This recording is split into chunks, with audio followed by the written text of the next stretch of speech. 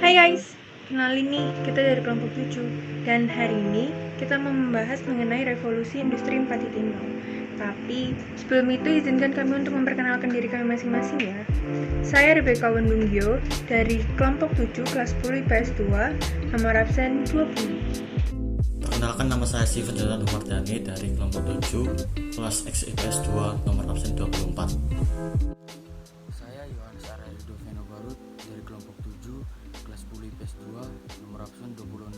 Kalian udah pada tahu belum apa itu revolusi industri 4.0? Yuk, simak penjelasan dari kami. Jadi, revolusi industri 4.0 merupakan perubahan di mana kita memproduksi suatu barang, tapi memanfaatkan mesin sebagai tenaga penggerak dan pemroses. Pada tahu nggak revolusi industri terjadi pada abad keberapa? Revolusi industri terjadi pada abad ke-8 pada tahun 1760 hingga 1840 di Inggris. Dan revolusi industri terjadi setelah Perang Dunia Kedua loh. Tapi kira-kira untuk apa ya revolusi industri ini hadir?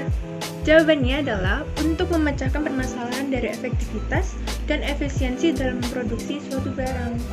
Revolusi industri 4.0 ini mengintegrasikan antara teknologi cyber dan teknologi otomatisasi.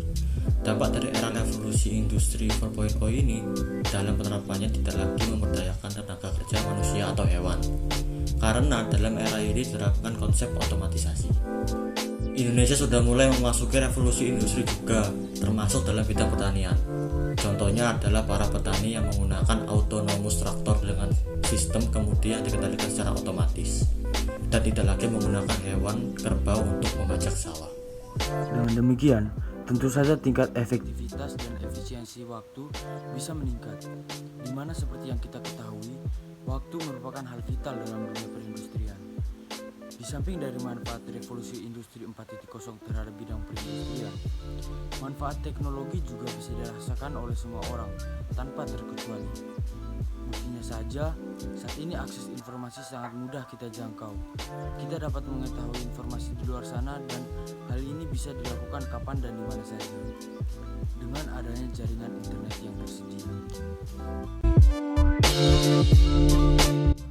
Wah, akhirnya kita bertiga bisa berkumpul lagi ya. Ya mau gimana lagi, pemerintah sudah menyuruh kita untuk karantina yang berarti mengharuskan kita untuk tetap diam di dalam rumah selama jangka waktu yang diberikan. Iya, jam di rumah sungguh membosankan, karena yang awalnya kita bisa ngobrol dan bercanda bareng, malah sekarang hanya bisa bicara secara virtual. Iya, meskipun sudah new normal, kita tetap tidak boleh berdekatan dan tidak bisa menyentuh satu sama lain. Ya sudahlah, masih untung kita hidup di zaman modern yang sudah bisa menggunakan handphone untuk bermain dan berkomunikasi. Iya, coba kalau saat kita hidup di zaman purba, pasti akan sulit untuk berkomunikasi dengan orang lain. Iya, apalagi zaman sekarang, hanya dengan handphone kita dapat membeli makanan secara online, sehingga kita tidak perlu lagi berburu atau mencari makanan di luar. Wah, gila. Keren banget ya HP itu. Tapi kalau dipikir-pikir, siapa sih penemu HP itu? Kan tinggal Google. Sini, coba aku aja yang cari.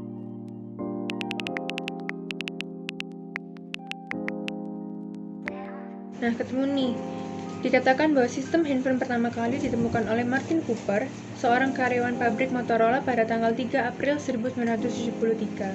Nah, sejak saat itu, Cooper mencetuskan ide untuk membuat telepon genggam dan akhirnya sebuah telepon genggam pertama lahir pada tanggal 21 September 1983. Wah, HP emang canggih ya, bisa nyari data-data seperti itu. Tapi, pasti cerita awalnya kan dari bahasa Inggris. Bagaimana ya cara sang pembuat artikel bisa merubah bahasa Inggris menjadi bahasa Indonesia ya? Pasti susah dan ribet. Ya ampun, ya jelas mudah lah. Di handphone kan ada translator, di mana kita bisa menerjemahkan kata-kata atau tulisan dari bahasa asing menjadi bahasa yang kita inginkan. Oh iya, kan bisa pakai translator. Nih ya, aku coba translate artikel tadi ke bahasa Inggris. The cell phone system was first invented by Martin Cooper and employed at the Motorola factory on 3 April 1973. Since the Cooper sparked the idea to make a cell phone, finally the first mobile phone was born on 21 September 1983. Wih, keren. Coba dong ditranslatein ke kata-kata lain atau ditranslatein ke bahasa lain. Contohnya bahasa Mandarin. Oke, ini coba aku aja yang cari katanya. Nih, contohnya dari kata 17 Agustus 1945 menjadi Ijiu Susu Union Pai Hijihao. Wah, canggih banget ya HP. Kok bisa ya HP mencantumkan data-data dan informasi yang begitu banyak? Yang pasti karena adanya internet dan web serta adanya sistem computational thinking di mana kita dapat menyelesaikan berbagai macam masalah dengan teknologi seperti HP dan komputer untuk mencari berbagai macam data, informasi serta bukti tertentu. Tidak seperti di zaman Tuhan Yesus ya. Sekarang kita bisa mendapatkan informasi kapanpun dan di mana saja. Sedangkan pada zaman Tuhan Yesus dulu, ia harus mewartakan ajarannya dengan berpergian ke kota yang satu ke kota yang lainnya. Iya sih, tapi bagaimana cara Tuhan membuat manusia agar dapat lebih cepat menyebarkan firman-Nya? Yesus mewartakan ajarannya dengan menggunakan perumpamaan, sehingga manusia lebih mudah dan dengan cepat mewartakannya sampai ke ujung dunia. Pekerjaan fisik sudah tidak diperlukan lagi. Semuanya sudah dilakukan oleh mesin. Efektif sih, tapi merubahnya angka pengangguran. Iya sih, tapi kita juga tidak bisa menyalahkan mesin sepenuhnya, karena dengan adanya mesin, semua pekerjaan menjadi lebih mudah. Misalnya seperti pekerjaan dalam bidang kedokteran tuh, yang sekarang sudah menggunakan mesin. Iya, bahkan orang yang positif dan negatif COVID sudah bisa dideteksi kebenarannya. Ada juga alat di mana kita bisa melihat posisi kandungan bayi pada saat ia masih di dalam perut dengan alat ultrasound. Oh iya, kalau nggak salah alat itu juga memiliki beberapa unsur dari trigonometri, di mana kita harus menempelkan dan mengarahkan alat sensornya di sisi-sisi perut yang pas agar kita dapat melihat posisi bayi di dalam kandungan dengan benar. Wih, dengan semakin berkembangnya zaman, manusia sudah tidak perlu mengeluarkan banyak tenaga lagi ya. Dan cukup menggunakan handphone saja tuh, kita bisa melakukan segala hal. Pandemi, walau gadget sekarang sudah canggih, manusia tetap butuh interaksi secara langsung. Tapi kalau dipikir-pikir, masih banyak ya orang-orang yang masih saja berkumpul dan berpergian keluar rumah seperti sedang tidak terjadi apa-apa. Iya, aku juga tidak. Bahkan di masa sulit seperti ini, masih ada yang terjadi di sekitar.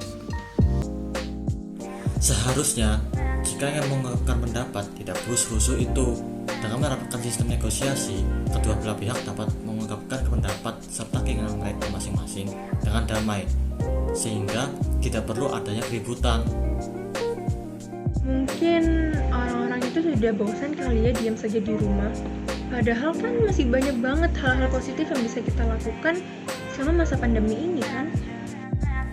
Iya, dengan diam saja di rumah, kita dapat meningkatkan kedekatan kita dengan keluarga kita dengan cara melakukan kegiatan bersama.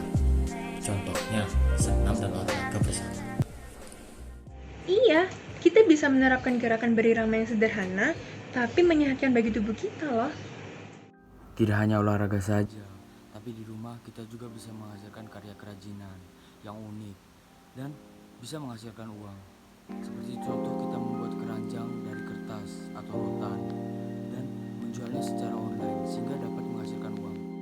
Wah, ternyata banyak sekali ya yang kita bisa lakukan di rumah saat masa pandemi seperti ini.